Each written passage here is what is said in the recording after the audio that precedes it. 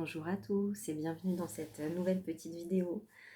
Je suis contente de vous retrouver pour cette nouvelle petite vidéo et j'espère que vous avez passé une bonne rentrée pour ceux qui sont rentrés ou de bonnes vacances pour ceux qui prennent des vacances. Voilà. Alors aujourd'hui j'avais envie de partager, de parler un petit peu de la dépendance affective. Dans les relations, qui est un sujet que beaucoup d'entre nous peuvent rencontrer, dont on entend aussi de plus en plus parler, ce qui est bien. Et puis partager un peu mon expérience aussi là-dessus. Euh, alors déjà, moi, ce que j'entends par dépendance affective, euh, c'est de la douleur, de la souffrance qui apparaît dans les relations, et notamment qui peut apparaître dans les relations amoureuses. Et qui donne ce sentiment justement d'être dépendant, c'est-à-dire qu'on ne se sent pas bien quand on n'a pas l'affection de l'autre en retour, ou en tout cas qu'on ne l'a pas comme on voudrait l'avoir, ou de la manière dont on estime que si l'autre se comporte de telle manière, et bien comme ça, ça veut dire que je me sens aimée et donc je peux me sentir rassurée et bien. Ça peut aussi s'accompagner de beaucoup de questionnements sur dès que l'autre ne réagit pas comme ça ou ne fait pas ça, ça veut dire qu'il m'aime pas, avec une peur par exemple aussi d'être abandonné, voilà, de se sentir rejeté, et donc qui crée comme ça un sentiment vraiment d'insécurité dans la relation, et, qui crée un mal-être ressenti fréquemment dans la relation. Voilà, en gros, hein, il peut y avoir bien sûr plein d'autres choses, plein de nuances autour de la dépendance affective, mais je pense que vous sentez un petit peu ce à quoi je fais référence. Voilà. Et puis j'avais envie juste de partager quelques clés par rapport à ça, toutes simples, toutes humbles aussi, mais qui j'espère peuvent aider, éclairer. Voilà. Alors, moi, ce que j'ai vraiment observé par rapport à ce mécanisme, déjà, la première chose qu'on peut faire quand on remarque qu'il y a ça dans une relation, c'est vraiment toujours commencer par beaucoup de bienveillance vis-à-vis de soi. Et vraiment se poser en toute bienveillance vis-à-vis de soi-même. Et déjà de constater qu'il y a ce mécanisme-là dans la relation, qu'on se sent comme ça. Donc déjà, la première chose, c'est toujours de voir avec bienveillance, de constater avec douceur pour soi. Je dis toujours, en tout cas je propose, voilà la manière dont ça peut être fait, bien sûr. Hein. Sentez toujours qu'est-ce qui va vous parler, qu'est-ce qui vous correspond. Et puis ici, c'est un simple partage dans ces vidéos. Donc déjà, voilà, le voir avec bienveillance. Ensuite, c'est vraiment de remarquer que c'est quelque chose qui se joue à l'intérieur de nous. Donc, si ça se joue à l'intérieur de nous, ça veut dire aussi que la clé de libération, elle est aussi, bien sûr, à l'intérieur de nous, du coup. Et ça, c'est la bonne nouvelle. Parce que souvent, dans les relations, du coup, on va être amené à essayer de changer à l'extérieur, changer la relation à l'extérieur, ce qui est très vite, on va pouvoir voir qu'on est face à un mur, parce que ça va mettre comme une sorte de sparadrap temporairement. On essaye de parler avec l'autre, on essaye de se rassurer, par exemple. Souvent, ah bah non, en fait... ça va, l'autre même, ou on se dit quelque chose comme ça, et puis ça tient un temps, et puis de nouveau, souvent après, on se sent de nouveau insécure. Parce qu'effectivement, le mécanisme, il se joue déjà à l'intérieur de nous. Et donc, vraiment déjà voir ça avec bienveillance pour soi. Ok, c'est quelque chose qui se joue à l'intérieur de moi, c'est en moi. Et je vois qu'il y a vraiment cette insécurité. Il y a vraiment ce ressenti de peut-être même l'impression de... Ça peut aller jusqu'à des impressions des fois qu'on étouffe, hein, qu'il faut absolument qu'on se soulage, qu'il y ait un appel, qu'il y ait une discussion, qu'on voit l'autre pour se sentir bien de nouveau, apaisé et rassuré. ça peut donner des états comme ça assez difficiles à vivre. Souvent, effectivement, on peut retrouver cette dépendance affective chez des personnes qui vont avoir tendance, dans la personnalité de base, à beaucoup se sacrifier, hein, avoir un côté vraiment, c'est-à-dire à beaucoup ne pas s'écouter et dépasser ses limites pour aider l'autre, pour écouter quelqu'un ou pour aller, voilà, apporter main forte, alors qu'on sent à l'intérieur que, par exemple, on se sent fatigué ou qu'on n'a pas envie ou qu'à l'intérieur, c'est notre intériorité nous dit non, là, t'es fatigué, mais on dépasse ses limites, on a tendance à dépasser fortement ses limites pour, entre guillemets, aider l'autre, sauver, sauver l'autre. Et donc ça, c'est très important à remarquer aussi parce que le fait d'apprendre aussi à dire non par ailleurs dans d'autres relations, d'apprendre à s'écouter quand les limites sont dépassées, de se dire mais en fait ça me... Je dis oui, là je veux prêter main forte ou en tout cas voilà, je dépasse des limites qui, au fond pour moi, je sens que ça n'est pas ok, je sens que j'aurais besoin de me reposer.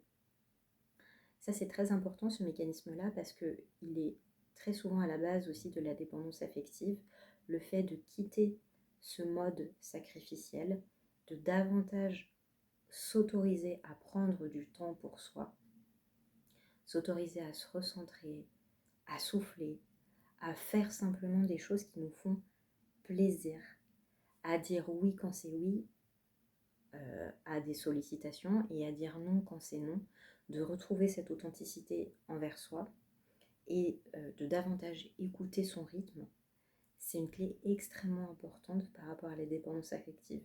Pourquoi? Parce qu'à ce moment-là, on est davantage centré en soi, on arrête en fait de répondre comme ça un peu tout azimut aux sollicitations pour faire plaisir, pour être aimé finalement, et on réapprend à davantage s'écouter, à se poser en soi, à prendre du temps, à nourrir ce centre à l'intérieur de nous, cet essentiel. Et du coup, ça aide aussi après par rapport à la dépendance affective, puisque comme on est davantage posé en fait en soi, comme on est davantage détendu, centré, eh bien on va moins avoir besoin comme ça d'aller chercher dans la relation où il y a cette dépendance affective ce besoin d'attention, ce besoin d'amour. Voyez, il y a moins, comme on ne crée pas euh, un déséquilibre en fait en ne s'écoutant pas et en tout le temps répondant aux sollicitations, enfin, tout le temps, en tout cas très souvent alors que ça nous dit non, et en prenant davantage ce temps d'écoute, ce temps de repos, ce temps de ressourcement, et eh bien ça fait aussi qu'après il y a moins ce besoin d'aller chercher ça dans la relation affective, dans la relation amoureuse par exemple, dans la relation, toute autre relation dans laquelle on sent que se joue la dépendance affective. Donc ça c'est vraiment un point qui est très important.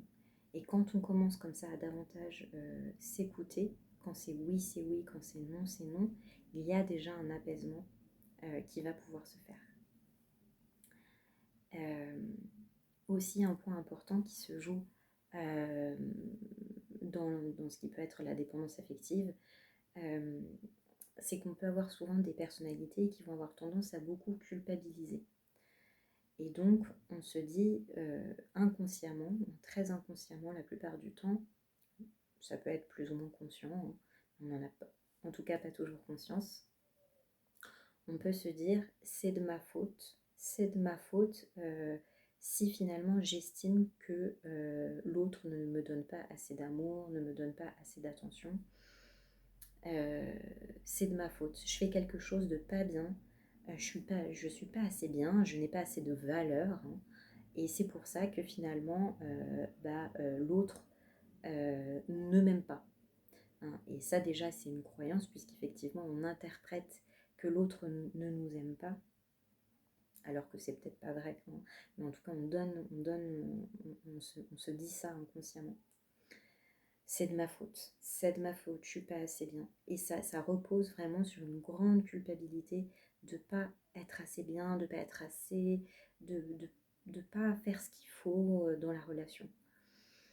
Euh, et ça, c'est vraiment important de se poser aussi et de la voir, cette culpabilité.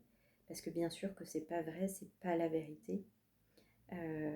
Des fois, il y a aussi, c'est important de le voir, des relations, des comportements qui finalement, dans la relation, où la relation ne nous correspond pas ou ne nous correspond plus, et par dépendance et par le fait de ne plus être en contact avec ce repos, avec cette paix que l'on est profondément, fait qu'on continue à quand même être dans la relation alors qu'elle ne nous correspond plus.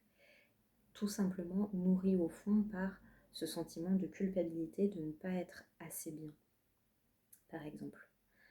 Euh, donc ça peut amener ça aussi à vraiment euh, bien voir cette culpabilité, dire ah ouais je me sens en fait, ça vient, la relation, la dépendance affective qui se joue vient me montrer combien je me sens, combien j'ai cette croyance très inconsciente de me sentir je ne suis pas assez, je ne suis pas, je ne suis pas assez bien, je ne suis pas assez, je ne fais pas ce qu'il faut. Euh, et donc finalement, ça vient mettre en lumière cette croyance qui bien sûr n'est pas vraie, qui n'est pas vraie du tout. Et l'invitation à ce moment-là, c'est vraiment d'apprendre, de réapprendre à retrouver finalement cette estime, cet amour de soi, et surtout se poser, se centre à l'intérieur. Ah ouais, non mais c'est... Peu importe en fait, tout ça, je vois la violence finalement que je me fais en me disant inconsciemment que je ne suis pas assez bien. Déjà ça de le voir, ça peut aussi amorcer un changement, une réflexion, quelque chose par rapport à ça. Et puis donc réapprendre à prendre du temps pour soi. C'est vraiment essentiel, réapprendre à s'écouter, comme je le disais juste avant, à vraiment dire oui quand c'est oui, à dire non quand c'est non. Réapprendre à se faire plaisir dans la vie, réintroduire des petits moments pour soi, vraiment. On prend soin de soi. Comme je le disais, on retrouve souvent des personnalités comme ça qui se sont construites sur le fait de beaucoup donner en s'oubliant, souvent pour se faire aimer, parce que c'est un schéma souvent qui a été appris dès tout petit voilà, pour être aimé de papa ou maman, ou pour s'adapter, pour pas faire trop de vagues. Euh, et donc on s'est souvent beaucoup construit en répondant aux besoins de l'autre, pour être aimé, pour se sentir sécurisé. Et ça, c'est vrai que c'est vraiment important aussi de le voir. Et donc, toute une partie euh, aussi va être sur réapprendre à prendre soin de soi. C'est quoi mon besoin? Qu'est-ce qui me fait vraiment du bien à l'instant? De quoi j'ai réellement envie? Je me pose avec ça, je me pose avec ces questions-là à l'intérieur de moi, vraiment avec bienveillance.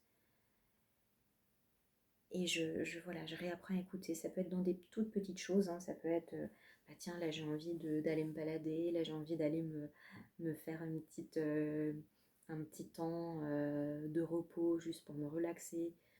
J'ai envie de voir tel ami. Voilà, ce qui vient sur le moment et qui nous fait du bien. Réapprendre à se faire plaisir. La notion de plaisir peut aussi être vraiment à se faire plaisir, à faire des choses qui nous font du bien. C'est souvent aussi un apprentissage qu'on peut avoir à faire dans ces cas-là. Voilà, et puis prendre du temps vraiment pour soi, prendre du temps à se ressentir, à se poser, à voir aussi, il y a cette croyance souvent de culpabilité de ne pas être assez bien. Et il y a aussi souvent une croyance assez forte dans le manque d'amour. Je suis en manque d'amour, donc j'ai besoin qu'on me remplisse. J'ai besoin de recevoir cette attention, cette affection. Souvent donc parce que j'ai ce côté sacrificiel qui fait que j'ai tendance à m'oublier, à ne plus prendre soin de mes besoins et à m'oublier pour l'autre. ce qui fait qu'effectivement, il y a un déséquilibre au niveau de l'énergie. On est plus centré en soi, ce qui crée par ailleurs cette dépendance. Et puis, on n'arrive plus à retrouver ce centre en soi, hein, ce qui donne vraiment cette impression de vide, parce qu'en fait, c'est ce manque de se ressentir. C'est un manque finalement d'amour, c'est un manque de soi. C'est le manque de soi, de se ressentir, qui crée en fait cette impression de vide et cette impression de manque d'amour. Et du coup, d'exigence par rapport à l'autre, d'exigence d'amour, d'attention, voilà, qui peut se faire. Mais tout ça vraiment à savoir sans culpabilité. C'est très important, vraiment, juste avoir ça avec bienveillance pour soi. On n'a rien fait de mal. Tout ça, c'est vraiment des choses à voir tranquillement en soi. Bien sûr, on peut se faire accompagner pour ça, hein, avec toujours vraiment avec beaucoup de bienveillance et de douceur. Et sans oublier aussi des fois qu'il y a que la relation peut être là aussi, dans des relations de dépendance, il peut aussi y avoir des comportements, par exemple de la part de l'autre, ou des situations qui peuvent être toxiques entre guillemets, pour nous faire voir que non, ça ne nous correspond pas, et oser dire stop. Et souvent ce stop n'est pas posé parce qu'il y a cette culpabilité inconsciente qui fait qu'on se culpabilise, et on se dit bah, c'est peut-être de ma faute finalement si l'autre réagit comme ça ou quoi. Bien sûr, il n'y a pas à chercher forcément la faute, il y a surtout à voir cette culpabilité que l'on ressent et à s'en libérer, et de se dire peut-être, de reconnaître, et encore une fois ça on peut être accompagné pour ça, que effectivement ce comportement-là pour nous n'est pas adapté de la part de l'autre, nous renvoie à des croyances comme ça profondes. On accepte des comportements, on accepte des choses qui ne nous correspondent pas à nous. Voilà, ça ne veut pas dire que c'est forcément la faute de l'autre, hein, il ne s'agit pas de ça non plus. Il s'agit juste de voir que peut-être pour nous, du coup, ça ne nous correspond pas, et que par peur de se retrouver seul, euh, on accepte de rester dans la relation alors qu'elle ne nous correspond plus. Ça peut être ça, c'est un exemple, hein, c'est pas forcément le cas. Des fois, c'est vraiment, voilà, vous voyez bien sûr au cas par cas euh, ce qui résonne en vous, ce qui peut résonner ou quoi. Et bien sûr, pas hésiter à se faire accompagner s'il y a besoin. Et voilà, c'est des pistes qui peuvent être intéressantes. Et donc aussi, plus on va reprendre ce temps pour soi à l'intérieur, plus on va pouvoir se poser en s'écoutant, en allant vers ce qui nous fait plaisir, en déculpabilisant, en voyant toutes ces croyances, plus ça va dégager l'espace à l'intérieur de nous pour faire le calme, pour retrouver ce centre, pour retrouver notre nature qui par essence est ce calme en fait.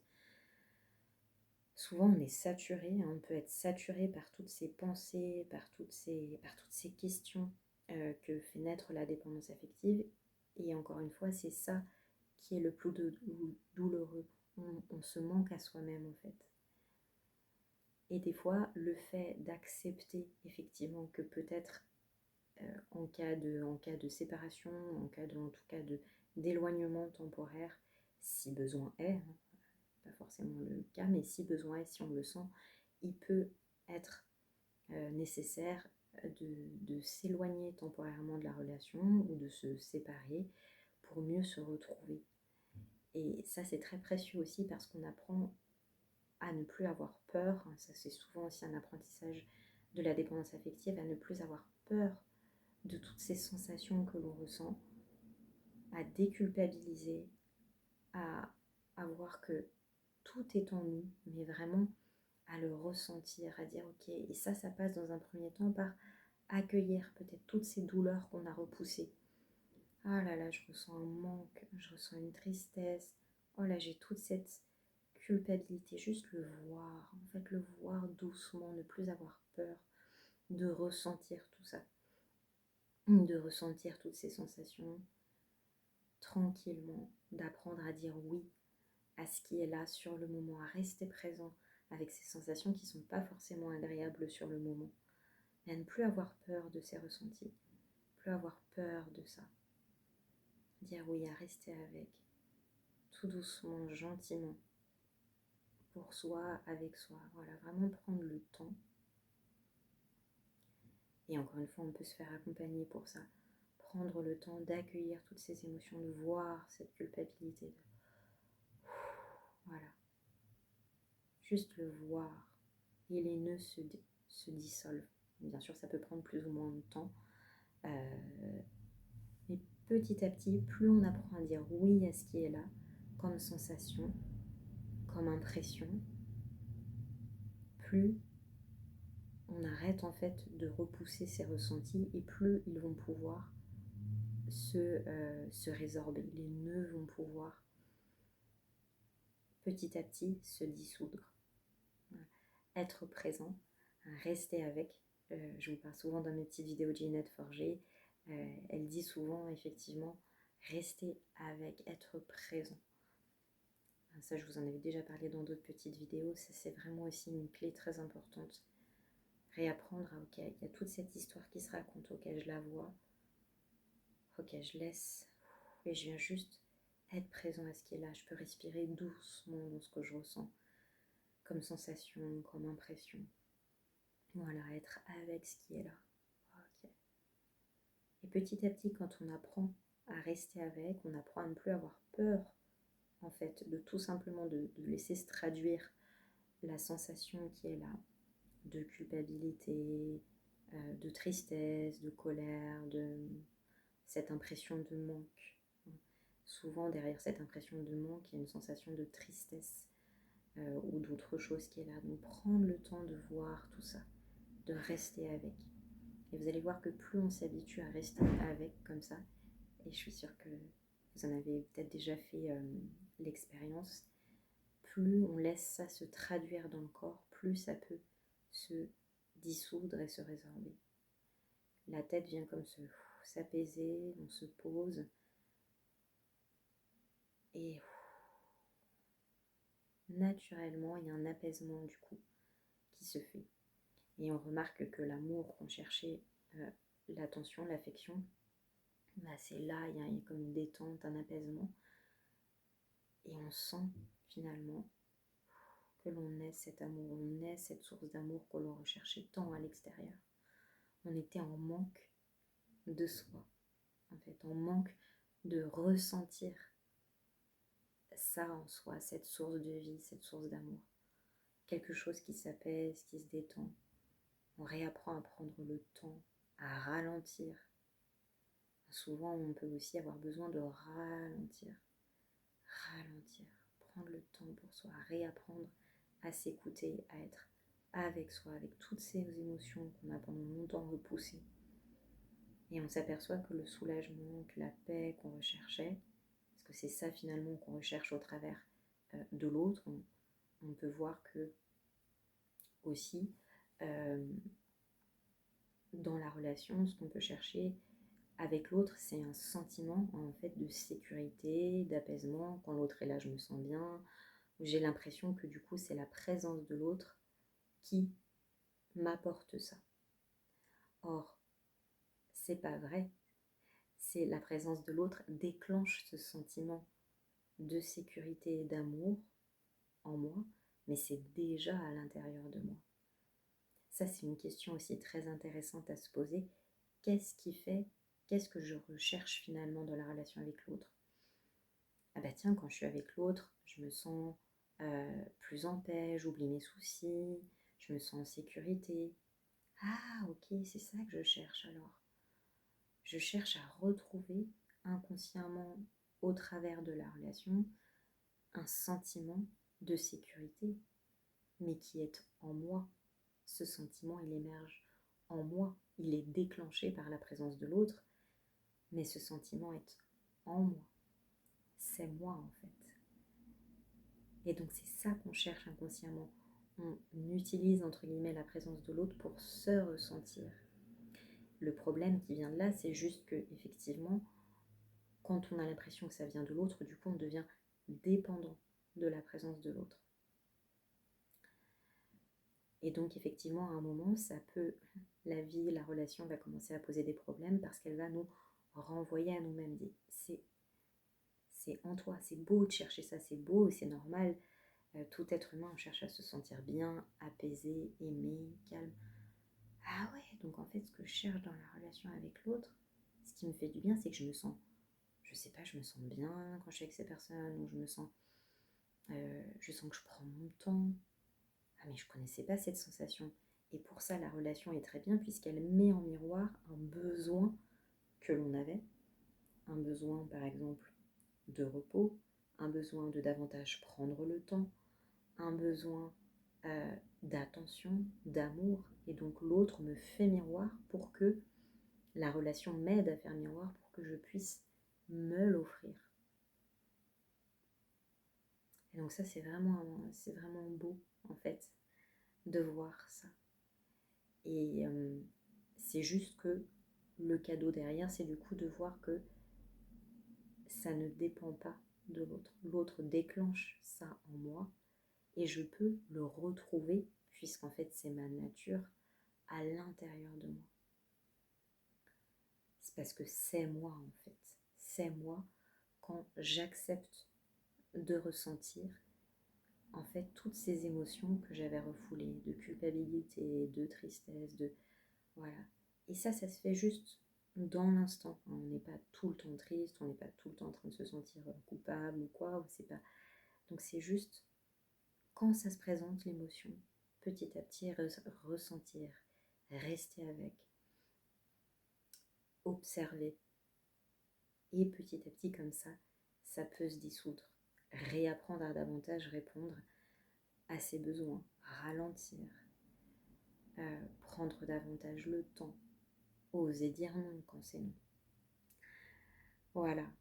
Et petit à petit, donc on réapprend à sentir que nous sommes cet amour. L'amour, la paix, c'est notre état naturel quand on s'écoute, quand on réapprend davantage à finalement à être aligné. Ça veut dire quand c'est oui, quand c'est non, c'est non.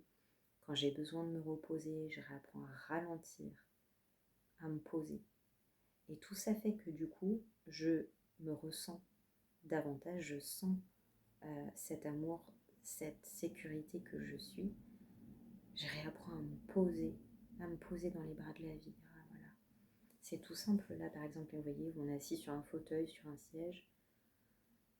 Ok, pour un instant là, je me pose. Je réapprends à sentir ce qui est là. S'il y a des tensions qui sont là, je dis oui aux tensions qui sont là. C'est ok tel que c'est. Je vois que ça résiste un peu, qu'il y a de la résistance. C'est ok là aussi. Je reste avec. Tout simplement, comme dit Ginette Forger, tout simplement parce que c'est ça qui est là. Tout simplement. Et petit à petit, quand on reste avec, doucement, gentiment, des fois ça peut prendre un petit peu de temps, ça se dessert. Ça se dessert. Une douce présence qui est là, qui veut rien, qui attend rien. Ça c'est vous, ça c'est ce qu'on est profondément. Et là on peut sentir de l'intérieur qu'on est. Et ça c'est aussi Ginette Forger qui dit ça, j'aime beaucoup, elle dit on est porté, aimé et en sécurité. De l'intérieur. Et c'est ça qui en fait est profondément recherché derrière. Et ça ne dépend de personne d'autre que de nous, heureusement. Et que même si temporairement, ça peut faire mal quand il y a, par exemple, une séparation, quelqu'un qui s'éloigne, le cadeau derrière, c'est de retraverser ça, ces émotions, pour revenir se poser ici, en fait, et voir que ça a toujours été là. Que l'amour, c'est ce qu'on est, que c'est ce qui nous vit. Ginette Forger dit c'est vraiment la vie, ce que, effectivement, que l'on est. c'est là, c'est tout autour, c'est en nous, ça nous porte. Et tout est ça, tout est cette imprégné en fait de cette douceur, de cette présence, de cet amour. Et comme ça, quand on peut petit à petit se reposer, réapprendre à davantage se déposer à l'intérieur de soi, sentir ça, sentir que c'est qu'on est porté, aimé, en sécurité, comme dit Ginette Forger. Petit à petit, on réapprend à faire confiance à la vie, à se poser dans les bras de la vie. On s'ouvre, on se réouvre. Et du coup, la relation de là devient beaucoup plus facile parce que comme on sent profondément que c'est en soi, il y a, on n'est plus, on n'a plus besoin d'aller chercher ça. Ou en tout cas, autant besoin d'aller chercher ça à l'extérieur dans une relation. Et du coup, on se libère et on libère l'autre, on libère les relations qui du coup peuvent devenir beaucoup plus paisibles, beaucoup plus harmonieuses. Voilà. Bah, je m'aperçois que ça fait déjà 30 minutes. J'espère que ça aura pu peut-être vous parler un peu et, aussi se poser un petit peu ensemble. Voilà, bah écoutez, je vous fais de gros bisous. Je vous souhaite plein de bonnes choses et puis à bientôt dans une nouvelle vidéo.